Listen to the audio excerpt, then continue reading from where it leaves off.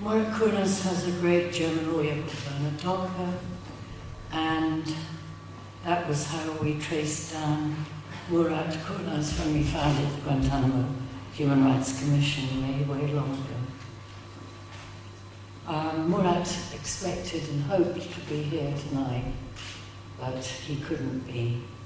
So his lawyer sent me an article that Murat wrote and was published in the New York Times on January the 7th, precisely because Wednesday is the 10th anniversary.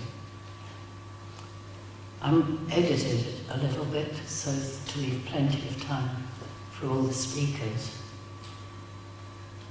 Murat Kurnaz. I left Guantanamo Bay much as I had arrived almost 5 years earlier, shackled hand to waist, waist to ankles, ankles to a bolt on the aeroplane floor. My eyes and ears were goggled, my head hooded, and even though I was the only detainee on the flight, I was drugged and guarded by at least 10 soldiers. I later learned that my C-17 military flight from Guantanamo to Ramstein Air Base in my country, Germany, cost more than $1 million. When we landed, the American officers unshackled me before they handed me over to a delegation of German officials. The American officer offered to reshackle my wrists with a fresh plastic pair, but the commanding German officer strongly refused. He has committed no crime. Here he is a free man. I'm not a terrorist. I've never been a member of Al-Qaeda or supported them. I don't even understand their ideas.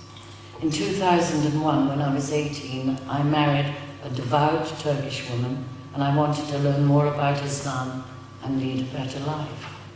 I did not have much money. Some of the elders in my town, Bremen, suggested I travel to Pakistan to learn to study the Quran with a religious group.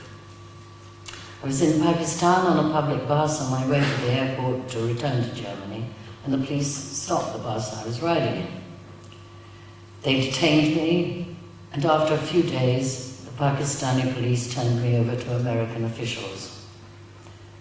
I later learned that the United States paid a $3,000 bounty for me.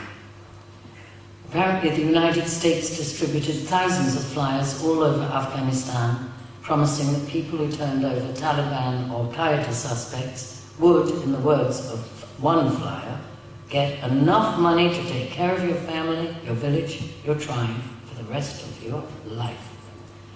A great number of men wound up in Guantanamo as a result.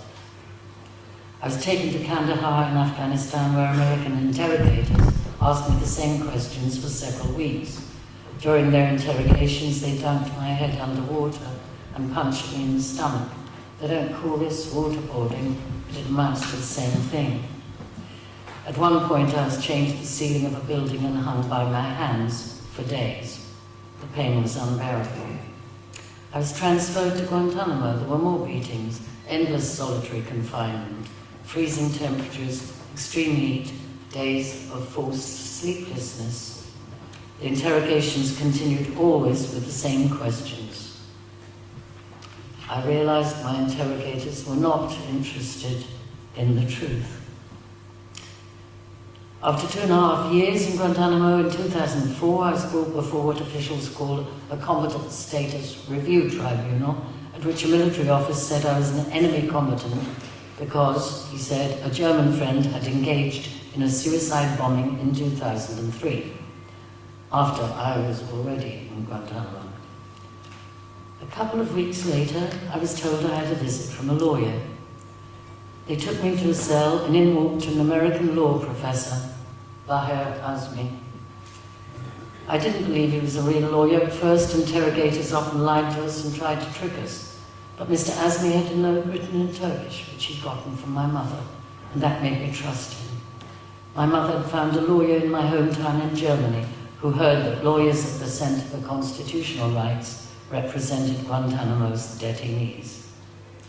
The center assigned Mr. Azmi my case. He did not believe the evidence against me and quickly discovered that my suicide bomber friend was in fact alive and well in Germany. Now, 5 years after my release, I'm trying to put my terrible memories behind me. I have remarried and I have a beautiful baby daughter.